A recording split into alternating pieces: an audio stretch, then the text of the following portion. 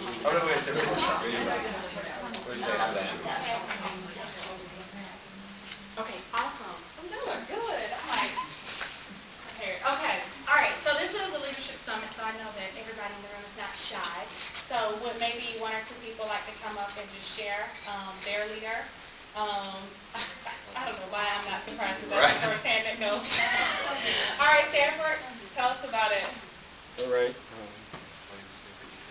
Good morning. My name is Stanford B. Taylor. For my leader, I chose Miss Rachael Tutwiler. My freshman year, she was the president when I first got here to UNF, and she really exemplified what I wanted to be as an older, more mature student. At the time, she was the body president, and she made the point to not only, be in a leadership role, but also embody what leadership is. She would take the time out of her, day of work and classes to go to other events that people were hosting, make sure her face was in the place to, really connect with the students that she was affecting, at the time. I think that's so important. It's much easier to, be at work and then go home after work and then just in that. But she, really made an effort to not only be on campus, but to also throughout the community doing other projects. I thought it was very commendable. Oh, she won't try to make me miss you now. That's so sweet. Thank you. Thank you. Maybe one more? My name is Matthew, and I work at College Community and Leadership. And my example of a leader is Dr. Frank. And it just really, after working with him, granted me the opportunity to see how to express myself and the importance of that. Because every once in a while we'll say things that, aren't that important, but every once in a while, when we state our mind, we say things of significance that positively impact people. That is awesome. Thank you. Any other takers? Is that it? This is pointing somebody up. I went to Adriana Banks. Okay, Krista. Hi everybody, my name is Adriana Banks. Actually my leader that I chose is here in the room, Stanford B. Taylor. I am the chairperson for public relations of the African American Student Union here at UNF, and Stanford is our coordinator. And since I joined last year, my freshman year, actually not just Stanford, but everybody in there really do embody the qualities of leadership. I could have picked, maybe like Michelle Obama or somebody like that, but I felt it was more important to me to choose somebody who was young like me or like closer to my age, so that I'm able to see that it can be done here on a college campus. You don't have to be successful when you're at a certain age. It starts right here, right now. That's fine.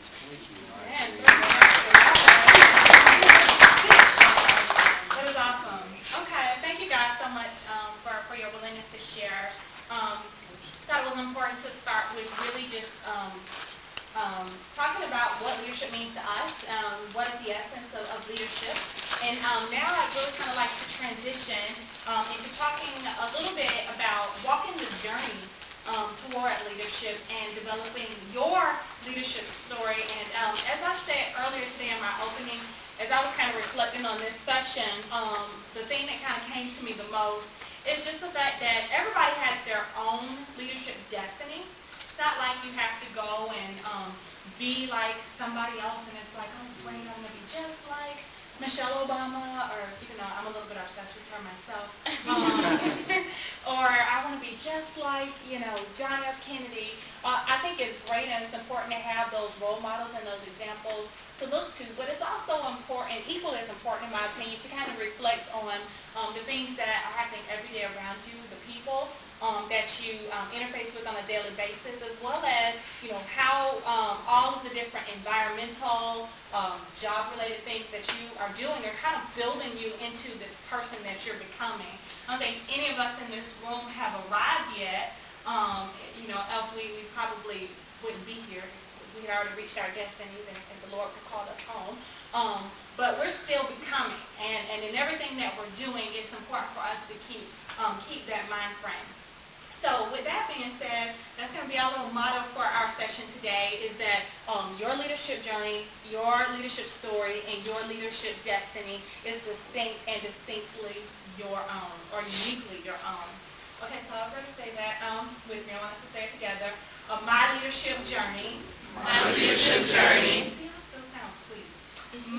leadership journey is distinct and uniquely my own. Now you gotta look to someone else next to you and you gotta say it with a little bit of okay? Say, my leadership journey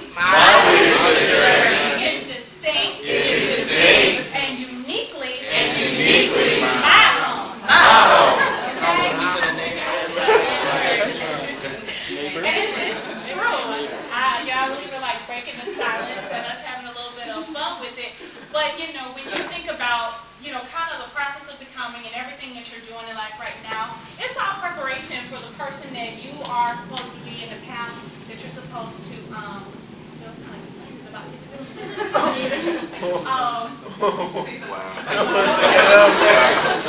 Get up and come out the building. But I want to quickly, and I encourage you guys, I told you I do a lot of journaling and a lot of writing privately and reflecting, but the next thing that I really like to do is just tell you the Rachael Tutwiler story. And some of you might be familiar with parts of it. Many of you are familiar with none of it. But as you listen to me reflect on my own story, I hope that you'll reflect on yours too. And so I'm literally about to just share with you something that I wrote, which just kind of encapsulates my journey thus far and how I think it all really connects. And hopefully is the beginning of where I'm going. Experiences in my hometown, Jacksonville, Florida, have taught me so much about our country's greatest challenges. As a young girl, I had minimal understanding of the complex societal challenges rampant in the world of communities surrounding me. I was the eldest of my mother's children and third of what was the eventual 11 on my father's side. Growing up as a part of two families, we moved often, mostly to apartments with substandard living conditions. My siblings and I were insulated from the world by the walls of each apartment we stayed in.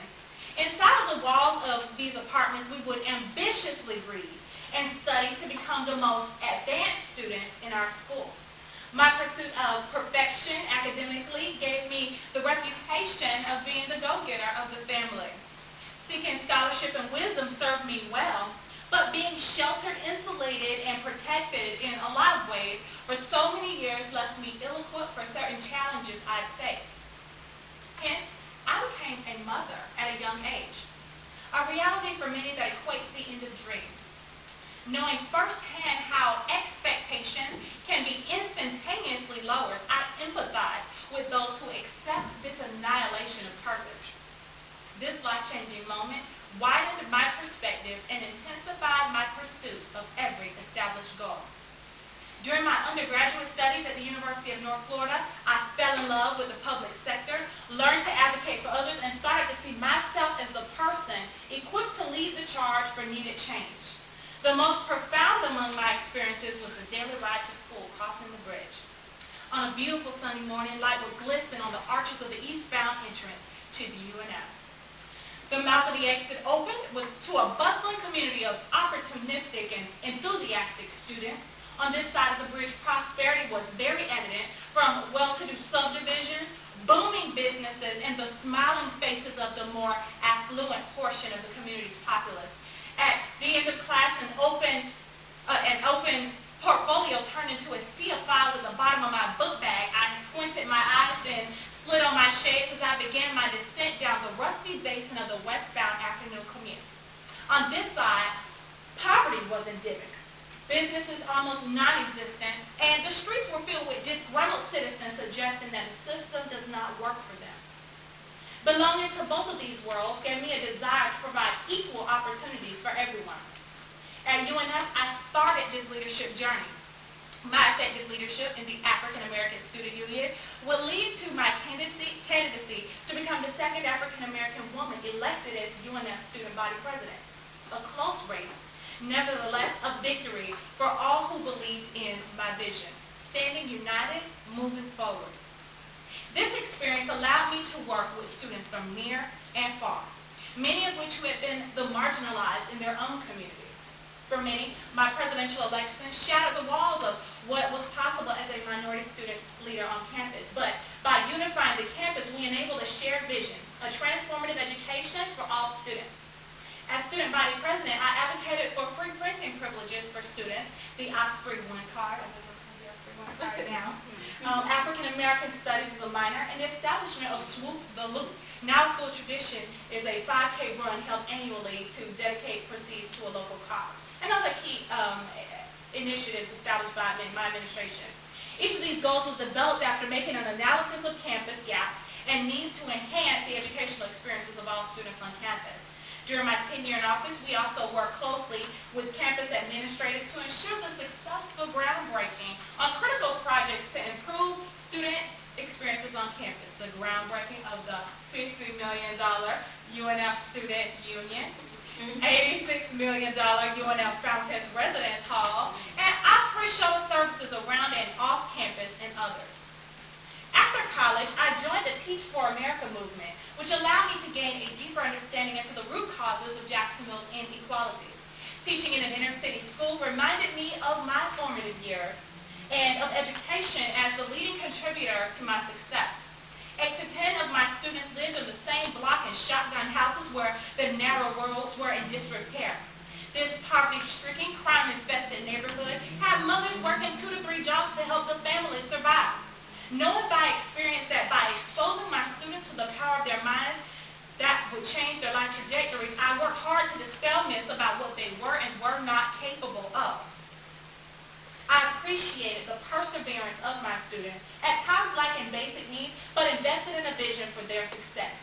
Encouraging my students to persist in the face of obstacles and zealously chase after their desires to become the next teachers, lawyers, and doctors serving their community, I gave them hope. Much meaningful reflection came as a result of the special connection I had with them. I drove to the communities I grew up in just to reminisce. Every day I taught my students, I learned from them and their families, both about myself and about the world. I began to ask myself how I could do even more for my students, and not just them, but the thousands of them across the country and millions more across the world. A year and a half ago, I transitioned from the classroom to the Jacksonville Public Education Fund on a mission to mobilize the community to make the public schools better for the over 124,000 students in Duval County.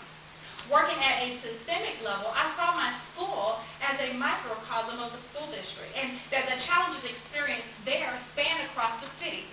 As manager of community engagement, many parents told me they felt unwelcome in their child's school. Parents and other community stakeholders weren't empowered to provide wisdom and collective knowledge toward the advancement of schools. And after researching national best practices, I understood that incorporating their value was an essential part of the education system. So we identified and worked with many partners and community volunteers to launch the one-by-one community mobilization effort to elicit the voice of all citizens and develop a collective action plan for improving student outcomes. Already, the powerful transformation of community ownership for public schools and student outcomes has emerged. So this is where I am today.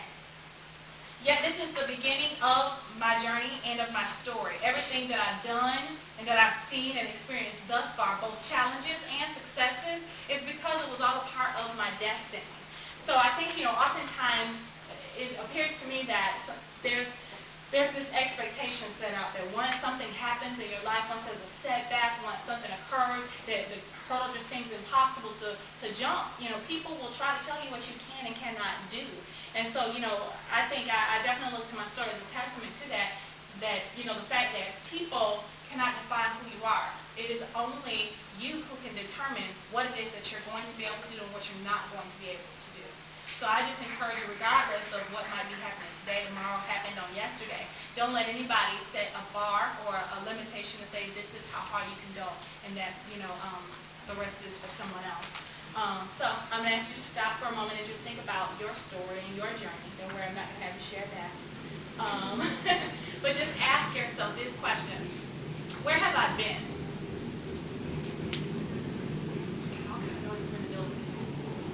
And ask yourself, how does that contribute to where I'm going? I think a lot of times we kind of look at the things that we're doing in a vacuum, and it's like, this is what I'm doing today, and this is just relevant to my world today. But I kind of beg to say not so. A lot of times life comes full circle. I've certainly seen that to be the case in my life, and I would just encourage you to think about how it all ties together and helps to define and create the person that you are. So now that you thought about, where you've been and how that contributes to where you're going, I ask you to now think to yourself, in what ways do you lead today? I'm imagining that a lot of people in this room are involved in campus in many ways, or you might be looking to get involved. But either way, I'm sure that you would be able to still leadership. So I'm now imagining if you weren't either a leader currently or desiring to find ways to get involved in leadership.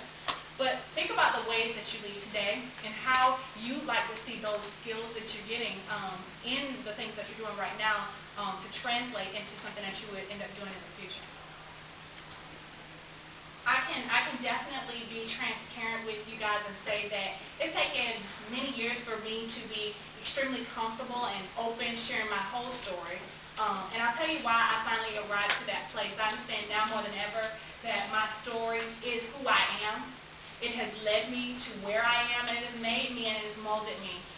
As a leader who seeks to create, to mold, and to innovate, it all starts with an understanding that that of all the things that have helped to make and mold you. You can't create unless you understand how you were created. I think that is a deep idea in my mind, at least, because it really takes a deep understanding of who you are and how you become who you are in order to figure out where you're going. Okay. Now we've asked ourselves how we want to lead today. I want you to think about the endeavor that you have on society, and remember that the answer to that question should different. It should be different for everybody in this room, and that's by design because, like we said earlier, your leadership journey, your leadership story, your leadership destiny is distinct, and it is uniquely your own. All right. So the next logical question is. Will I get there, and how do I get there? So I'd like to just talk to you.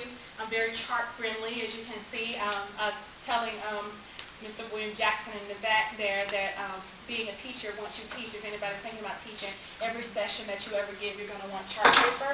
I'm a little bit addicted to chart paper now, so I'm sorry to do this to you guys. But let's talk about, I just wanted to share with you guys some of the keys I adhere to in my pursuit of being an effective leader. The first one being just knowing and being comfortable being yourself.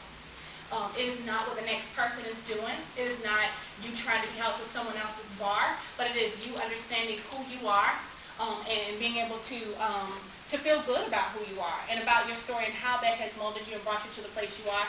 It's also about being able to think critically about yourself, carefully analyzing your strengths and your areas of growth.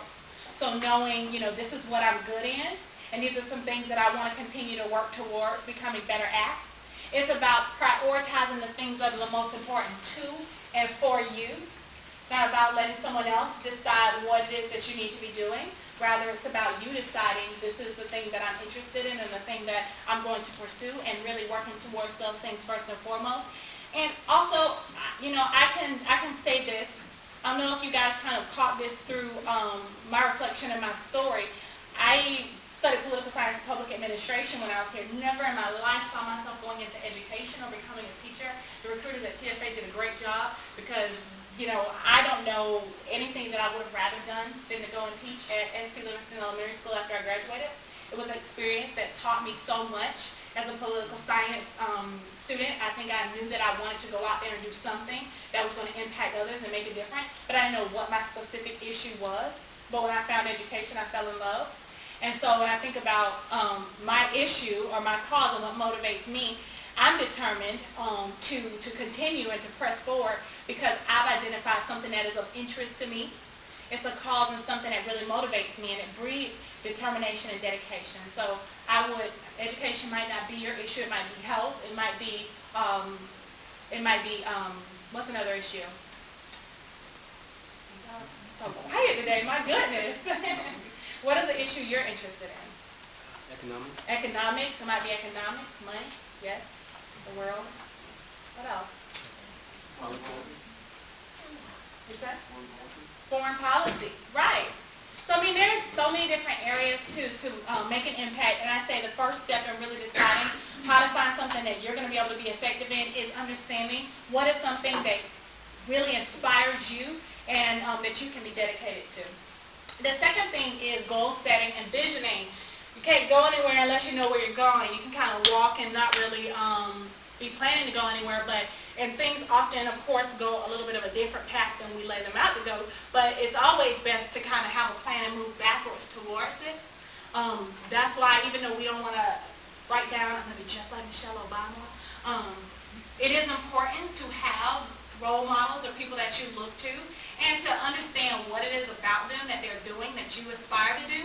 I think that when you find people who are either in a professional way doing the things that you want to do, or people who just exemplify the character that you seek to exemplify, then you can backwards plan towards that as well. The next thing is interpersonal and communication skills. There's a gazillion other ones that go with all of these, but 3 things that I would point out is really being relatable, being relational, and being a good listener. Nobody, who is that I was talking to, what's your name? Ben. And when I was talking to Ben, he was telling me about how he looked up to his boss at his job because she was authentic. She wasn't just walking around like in this box and trying to, kind of come around and be like, hi, I'm such and such. Like, no one wants to, I think you need to be yourself. Like, be relatable. People don't want to, I think we have this image of what it means to be a leader. We all throw on our, it's important no matter how high you go, not to forget who you are and how you connect that down to everyone else in the world. So that's why I say, we want to be relatable, we want to be relational. Everything that we do in this world is also supported by the relationships we develop. So we need to be developing relationships throughout, and nobody wants to hear somebody that's always talking. You can't learn anything unless you listen and you soak in what someone else is trying to offer you. Also key, in my mind, to leadership are management skills. Management can mean a lot of different things. Managing money, managing people, managing other resources that people will give you and entrust into your care, and it's up to you to decide what you're going to do with those things and whether you're going to use them for the purpose they are intended for.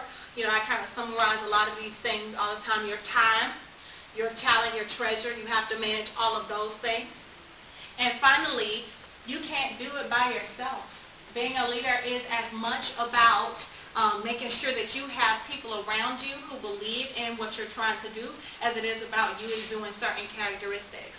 So it's important, regardless of what organization you might be seeking to be a part of or to run, to build and maintain strong teams. It's great to have a good leader, and if the people on the ground working with you aren't capable of doing anything, then you can be a tired person. Okay? You have to identify that you bring something to the table and everybody else around you should bring something to the table. And so it's really important to think about how the things that the people around you support what it is that you're trying to do. I tend to be a person that thinks broadly, more big picture, so I surround myself with people that are really good with details, because I'm like all the way up here and they're like, okay, and how do we break that down and actually translate that into something that means something to everyone else, and how are we going to get there? As you are trying to do things, you can't do it unless you stay organized in it. And then finally, again, one more time, know that you can't do it alone. You have to have good people around you if you are to be an effective leader. All right, awesome. So let's just take a moment there. I know that this isn't everything. What else? I always defer to the wisdom in the room. I know that you guys have experiences holding leadership positions and doing different things. What's not up here? Is there anything that you think, wow, this is important to being a leader? Continually seek advancement opportunities, so like things like the summit or other trainings and things like that to help you bring that to your organizations or organizations to help better yourself and better others. Absolutely. I couldn't agree more. I don't care where you are. Again, I always say, unless, we have been taken up, I don't think we've arrived. Even if you're 55 years old, there are things that you can be doing to gain more knowledge, to grow.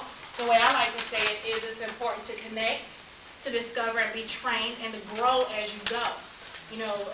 As these opportunities, you guys have already made a great first step by being here today. I'm sure you've done this, if there was a leadership summit last year, you guys are probably faithful comers because you're awesome. But any opportunity that avails itself, you should take advantage of it, because there are a lot of people that might not be at the University of North Florida that wish they could be sitting in these seats. Especially, let me underscore that point really quickly, especially during these years as a student on campus, there will be days where I think as not as okay. It's always okay to make mistakes because you should be growing from them.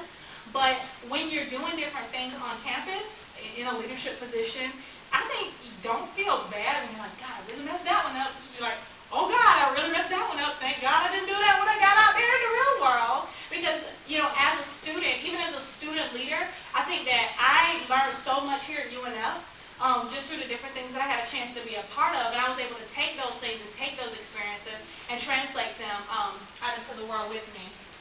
So I agree completely. What else is not up here?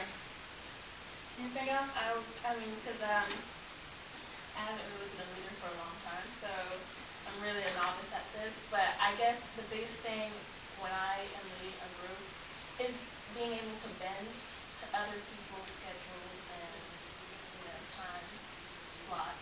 Because I mean, you give a time and then I text them and I'm like, okay, is 12 okay for you guys? And they'll be like, okay, well, 12's not good. And someone will say, well, 2 is good. And then someone says, I got work at 10. And so it's just, sometimes I might have to do 2 group meetings. So I might have to do it with one person and the other person.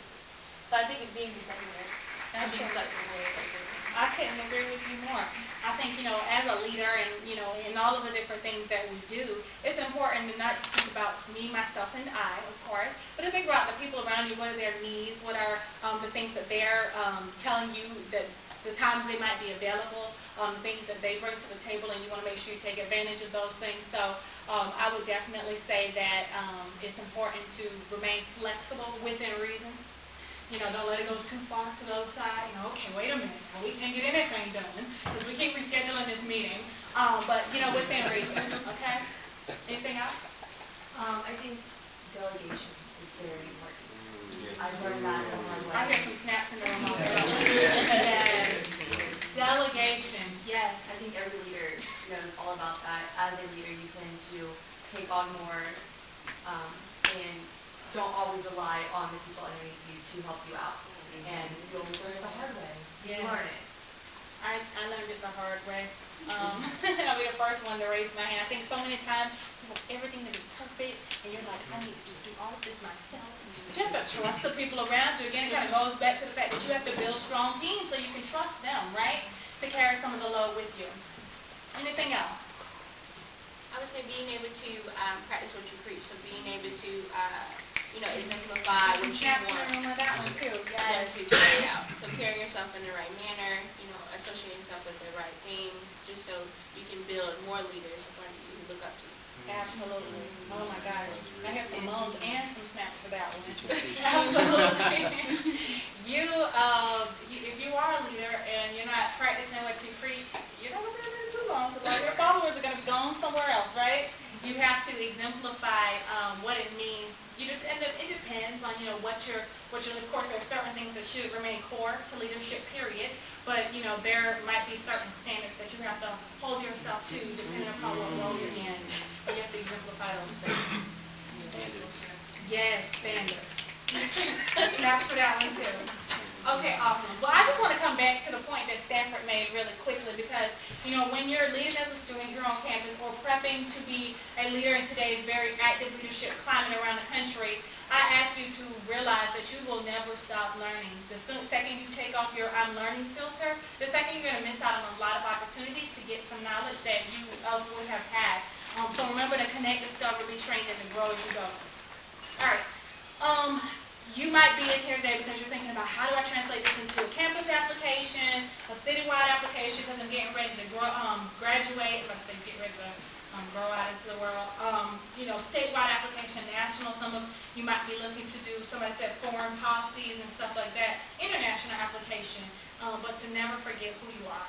So I'm going to get ready because I think we are getting close to time. And I just want to leave a little bit of time to talk about any specific things that you guys want to talk about that maybe we haven't touched on and answer any questions that you might have.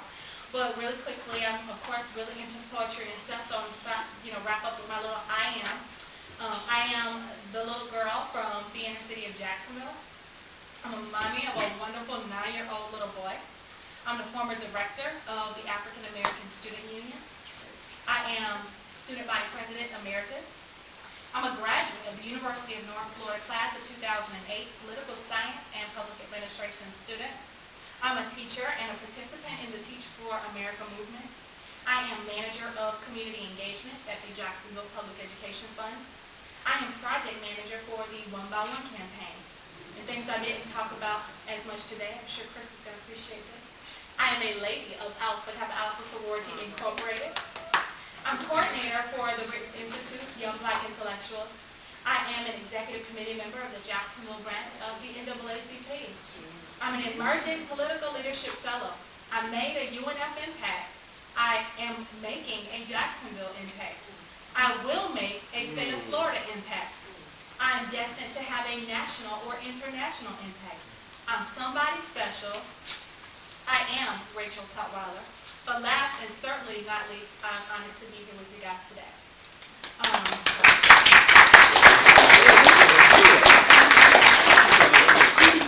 As we walk away from this session, I really do hope you guys feel empowered regardless of what your leadership story is, where you've been, different things that you might be doing right now, things that you're seeking to do in the future, that you just really feel empowered to embrace and develop your own leadership story, and that you always remember that it is your journey, that it's your story, and it's your destiny. Nobody else can define it but you.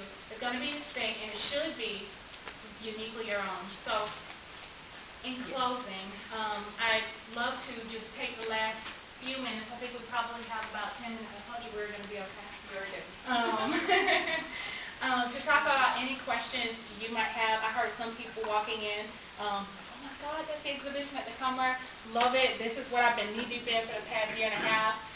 It's the One by One campaign. You might know some of these people because we tried our best to bring the student images for those who are connected to UNF to campus today for the Student Leadership Summit. So I'm happy to answer any questions about that or about just leadership in general and some of the things that you are like, I really want to talk about this at the Leadership Summit.